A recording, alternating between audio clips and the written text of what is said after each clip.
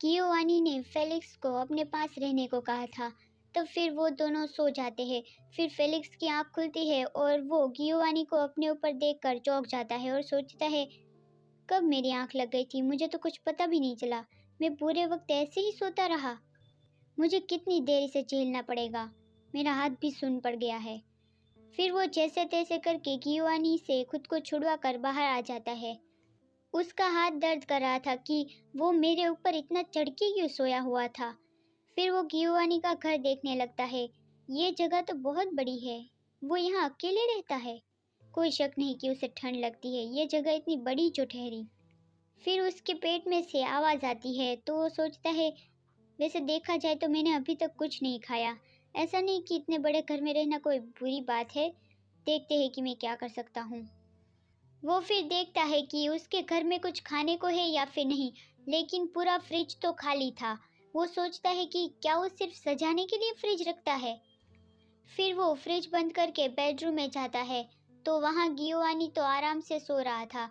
तो सोचता है उसे उठाना अभी ठीक नहीं होगा और वो वहाँ से चला जाता है। वहाँ गियोवानी को ठंड लगती है तो वो फेलिक्स को बेड पर ढूंढने लगता है, लेकिन वहाँ फेलिक्स नहीं था। तो वो गुस्सा होकर उठता है और सोचता है, अब इसका क्या मतलब है, मैंने उससे कहा था मेरे पास रहना। लेकिन उसकी कमर में दर्द होता है। वो सोचता है, मुझे बहुत ज़्यादा ठंड लग रही है और मेरी पीठ भी बहुत ज़्यादा दुख रही है। ये बहुत बुरा है।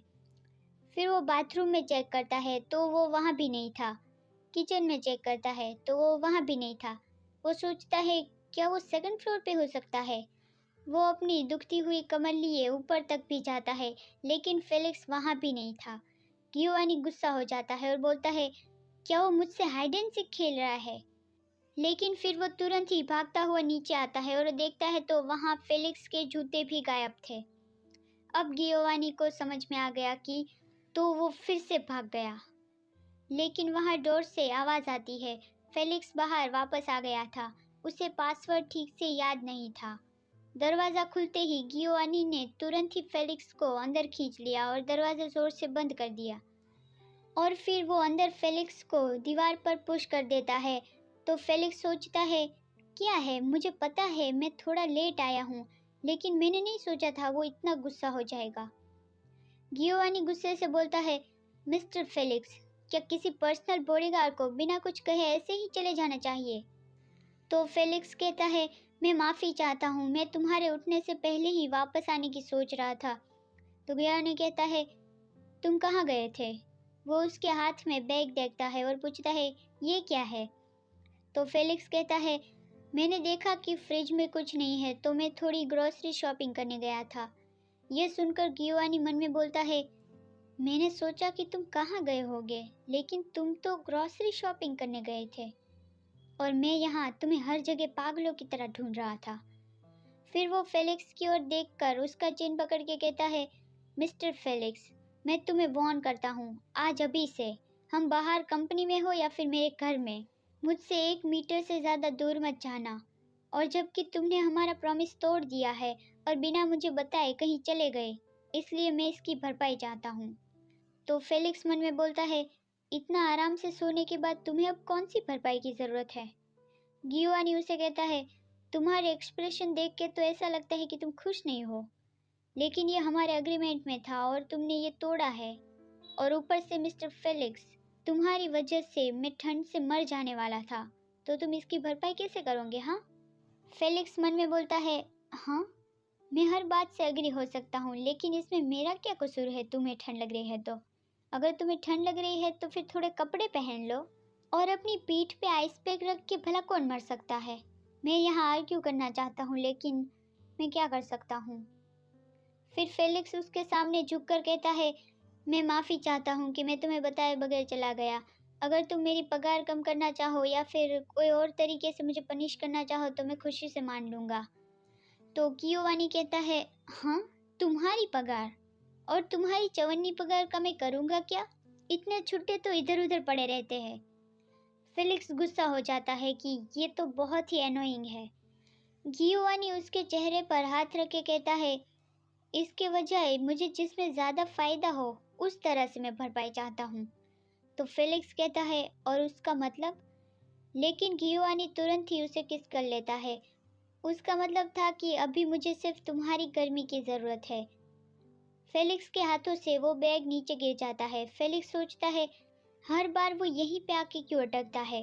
गियोवानी उससे रफली किस किए ही जा रहा था तो फेलिक्स उसके होठों पे काट लेता है तो गियोवानी तुरंत ही उससे दूर हो जाता है।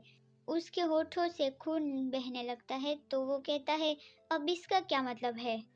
फेलिक्स सोचता है मुझे अब ये रोकना ही होगा। मैंने ऑलरेडी कॉन्ट्रैक्ट भी साइन कर लिया और जहाँ तक दोनों पार्टी अग्री ना हो कॉन्ट्रैक्ट कैंसिल नहीं होगा। मुझे कोई तो मौका ढूंढना ही होगा और जो मैं यहाँ करने आया हूँ वो करना होगा जो उस आदमी ने मुझे करने को कहा था। जब फेलिक्स बाहर ग्रोसरी शॉपिंग के लिए गया था तब उसने बस शॉपिंग कर ही ली थी और वो जल्दी से वापस जाने की तैयारी कर रहा था इससे पहले कि गियोवानी उठ जाए। लेकिन वहाँ उसके सामने एक कार आती है। उसमें से एक आदमी उसे कहता है मुझे लगा था कि ये तुम ही हो। फेलिक्स उसे देखकर चौंक गया था। वो आदमी उसे कहता है मैं तुमसे कांटेक्ट करने ही वाला था, गाड़ी में आ जाओ। लेकिन फेलिक्स कुछ नहीं बोलता और गाड़ी में भी नहीं बैठता। तो वो आदमी कहता है कोई भी आसपास नहीं है, इट्स ओके, अंदर आ जाओ। फिर फेलिक्स अंदर बैठ जाता है और उसे कहता है तुम क्या चाहते हो। तो वो आदमी कहता है तुम्हें देखने से तो लगता है कि तुम कुछ भूल रहे हो तो मैं तुम्हें यहाँ कुछ डिलीवर करने आया हूँ।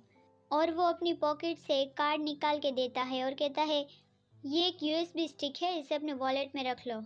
जब तुम अंदर प्रोग्राम रन करोगे तो कंप्यूटर में सभी फाइल्स की कॉपी इसमें आ जाएगी और फिर इसे सेफली निकाल लेना। तो फेलिक्स उसे अपने वॉलेट में रख लेता है। वो आदमी उसके सामने देखता है और कहता है तुम ग्रोसरी के लिए बाहर आए थे। तो फेलिक्स कहता है ओह हाँ, मुझे लगा कि मुझे उसे कुछ खाना पका देना चाहिए। ये सुनकर वो गुस्सा हो जाता है कि उसके लिए खाना बनाएगा और वो कहता है तुम्हारा मतलब क्या है, बॉडीगार्ड जॉब में क्या खाना बनाना भी लिखा है। क्या वो लोग वीकेंड पे तुमसे ज़्यादा काम नहीं करवा रहे। तो फेलिक्स कहता है मुझे बस लगा कि मुझे उसे खाना बना देना चाहिए तो इसमें कोई दिक्कत नहीं है। और वो मन में बोलता है मैंने उससे चोट पहुंचाई है तो मुझे उसके लिए इतना तो करना ही था। वो आदमी कहता है ओह, तो उसने तुमसे ये करने को नहीं कहा था फिर भी तुम उसके लिए खाना बनाना चाहते हो। तुम काफ़ी जल्दी उसके करीब पहुंच रहे हो, ये अच्छी बात है। तो फिर मुझे लगता है मेरा ये काम करने के लिए 1 महीना काफ़ी रहेगा। 1 महीने में उसके पास से इंफॉर्मेशन कलेक्ट करके हमें दे दो। तो फेलिक्स जोर से बोलता है क्या, 1 महीना तो बहुत कम है। तो वो आदमी कहता है क्या बहुत कम, और यहाँ तुम्हारे पास उसके लिए खाना बनाने का वक्त है। तो फेलिक्स उसे समझा रहा था लेकिन वो आदमी गुस्से से बोलता है और ज़्यादा काम करने की ज़रूरत नहीं, अगर तुम बॉडीगार्ड हो तो बॉडीगार्ड की तरह रहो।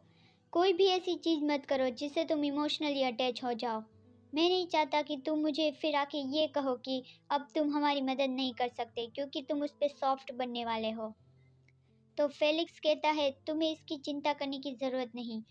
लेकिन वो आदमी फेलिक्स के चेहरे पर कैरेस करता हुआ कहता है अगर ऐसा है तो बहुत अच्छा है, बस ये याद रखना कि तुम वहाँ घर घर खेलने नहीं गए, तुम वहाँ हमारे लिए इंफॉर्मेशन कलेक्ट करने गए हो। फिर वो पीछे से फेलिक्स के नेक पे हाथ रख के कहता है तुम्हें उसके अलावा कुछ भी नहीं करना है, समझ गए। फिर वो फेलिक्स के कानों में विस्पर करता है कि क्योंकि आखिर में तुम्हें उसे धोखा ही देना है। अब प्रेजेंट का सीन आता है। फेलिक्स ने गियोवानी के होठों पे काट लिया, इसलिए गियोवानी कहता है पहले मेरी पीठ और अभी मेरे होठ, आगे क्या होगा, मेरा हाथ या फिर मेरा पैर।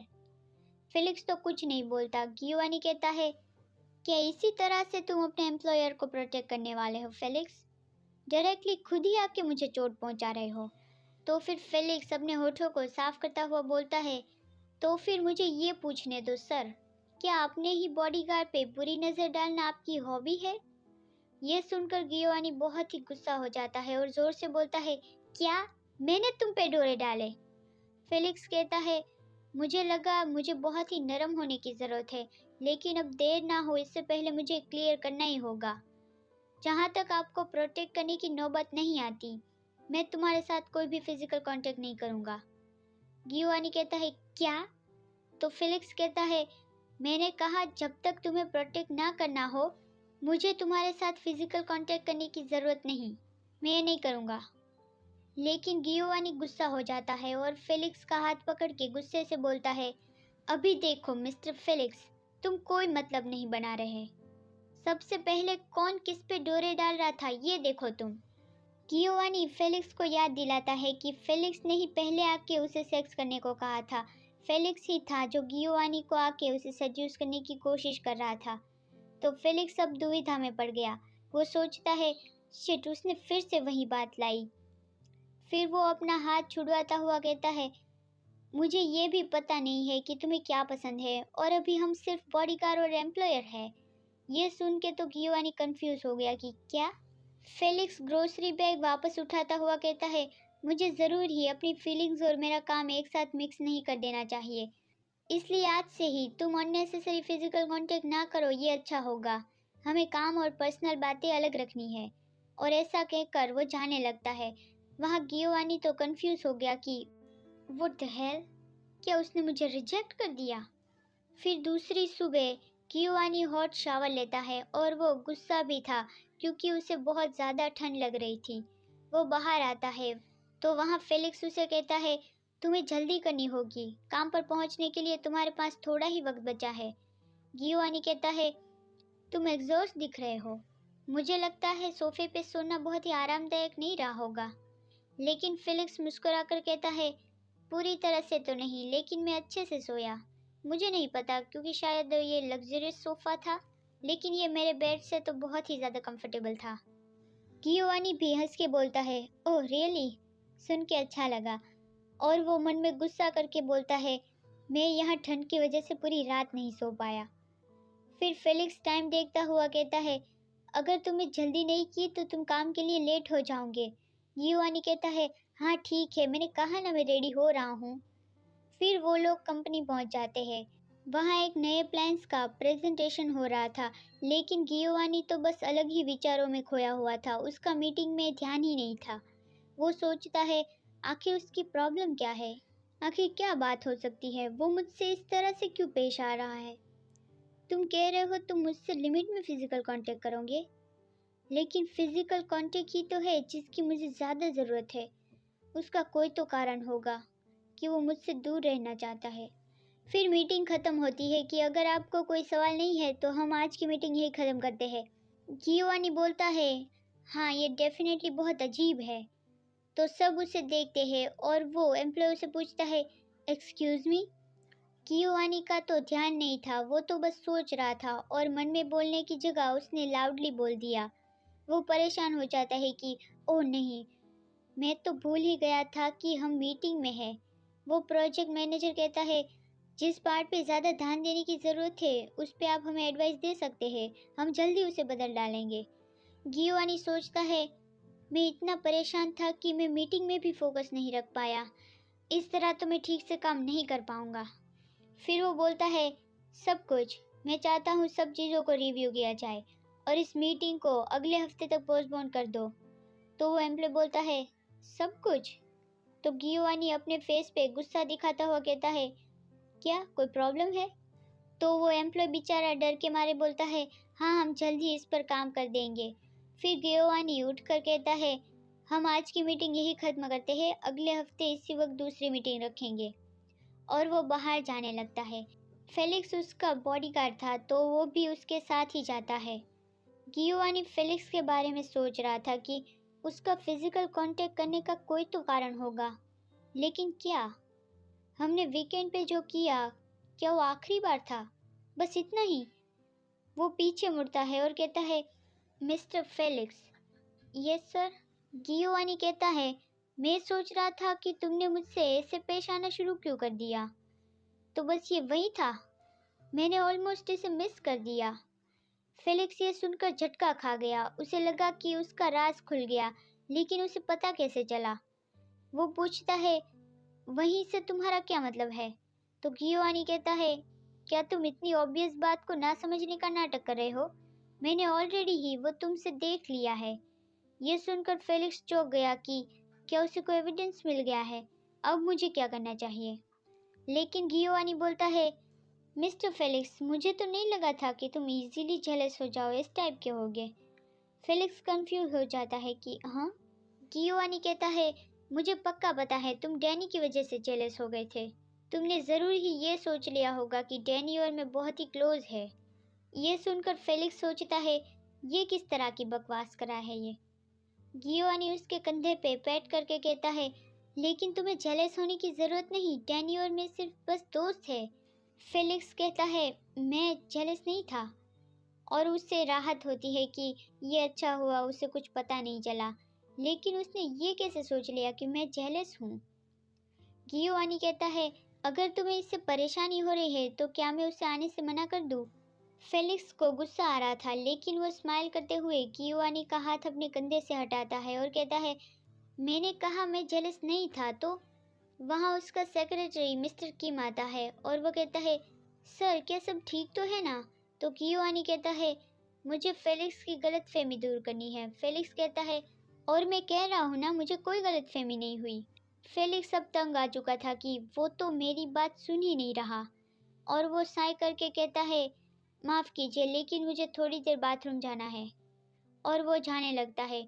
मिस्टर किम गियोवानी से कहते हैं, मैंने सोचा था उससे पहले आपकी मीटिंग खत्म हो गई। ये भी अच्छी ही बात है। एक्चुअली आपके लिए एक अर्जेंट काम आ गया है। मिस्टर किम बोल ही रहा था, लेकिन गियोवानी तो जाते हुए फेलिक्स को देख रहा था। और फिर वो कहता है, मिस्टर किम एक जेलस पर्सन को कैसे मनाते हैं। तो मिस्टर किम कंफ्यूज हो जाता है और कहता है, जेलसी, मुझे तो नहीं पता, शायद उसे अच्छा सा गिफ्ट दे के मना सकते हैं। तो गियोवानी कहता है, एक गिफ्ट। मिस्टर किम कहता है, और वो गिफ्ट देते वक्त आपको ये कहना चाहिए कि ये एक ऐसी चीज़ है जो आप सिर्फ उसे ही देंगे।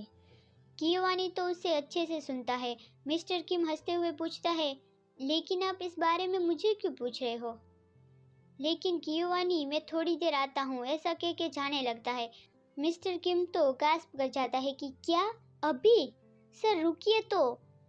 बाथरूम में फेलिक्स हैंड वॉश करता हुआ सोच रहा था कि वो सच में किसी की नहीं सुनता, और फिर इस जॉब के बाद मैं उसे कभी नहीं मिलूंगा। मुझे बस इसे थोड़ी देर सहना होगा। और वो ऐसा सोचते हुए बाहर आ जाता है, लेकिन वहाँ बाहर गियोवानी खड़ा था। फेलिक्स उसे देखता है तो गियोवानी तुरंत ही उसका हाथ पकड़ के उसे कहता है, मेरे साथ चलो। फेलिक्स कुछ समझ नहीं पाता और कहता है, रुको तो, हम जा कहाँ रहे हैं। गियोवानी कहता है, मुझे कहीं पे जाना है तो मेरे साथ चलो। अगर आपको ये वीडियो पसंद आया है तो इसे ज़रूर लाइक कर देना। नेक्स्ट पार्ट के लिए इस वीडियो में 10 लाइक करवा दो। बाय।